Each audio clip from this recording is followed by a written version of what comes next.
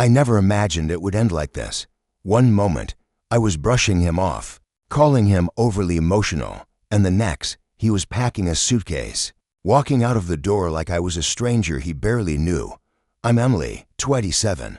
If I could go back and undo just one thing, it would be the night I chose to defend a friend who never deserved it over the man who loved me more than I ever realized. It all started a couple of years ago, on a lazy Sunday. I was late to brunch, as usual. Noah had already made himself comfortable, halfway through a second mimosa, when I walked in.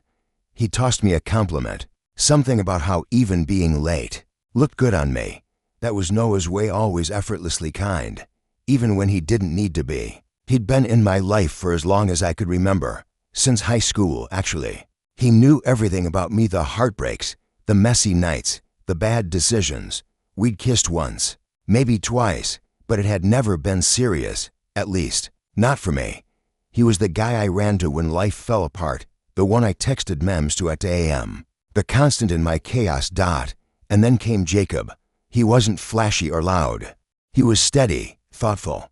He made the world feel still, in a good way. A civil engineer who spoke about roads and bridges like they were poetry.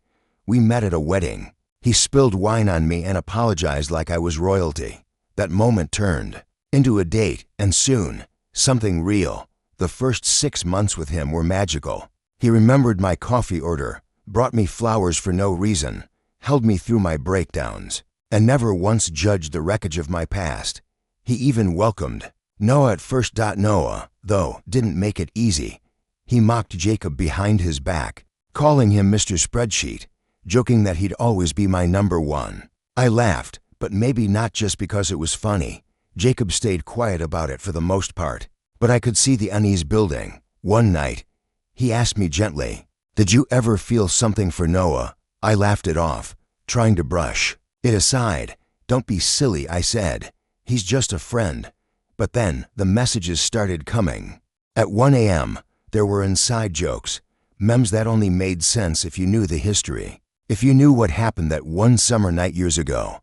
I started putting my phone on silent, face down, not to avoid arguments. At least that's what I told myself. Deep down, though, I knew the truth. It all unraveled the night I lied. Jacob's birthday was coming up. I told him I had to work late.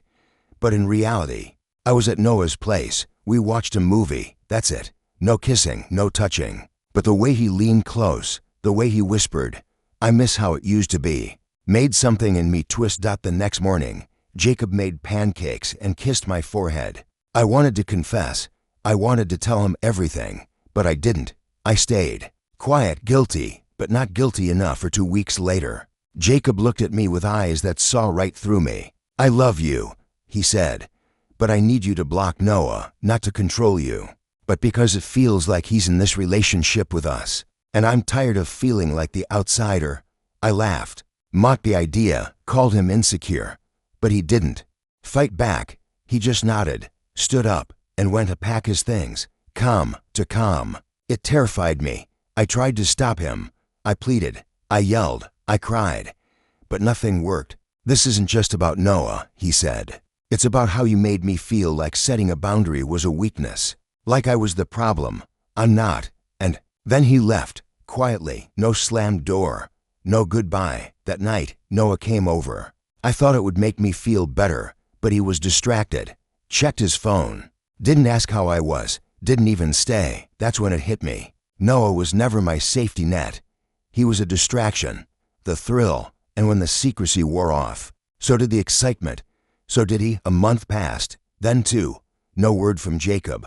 I sent a long email. Poured my heart into it. No reply. Then I heard. He had gotten his own place. Started hitting the gym. Posted a photo with his sister's dog, smiling. I crumbled. I cut ties with Noah, deleted everything, started therapy, faced myself, and stopped pretending. It's been 9 months now. I'm seeing someone new, slowly, carefully. But I still think about Jacob. Not because I want him back, but because he showed me what real love looks like. Love that sets boundaries. Love that doesn't beg for respect. Love that walks away when it's no longer safe. I used to think blocking someone was petty. Now I see it as strength. Sometimes it's not about cutting someone off, it's about choosing yourself, choosing peace. Jacob wasn't being weak, he was being brave. And when he walked out, he wasn't giving up. He was finally choosing.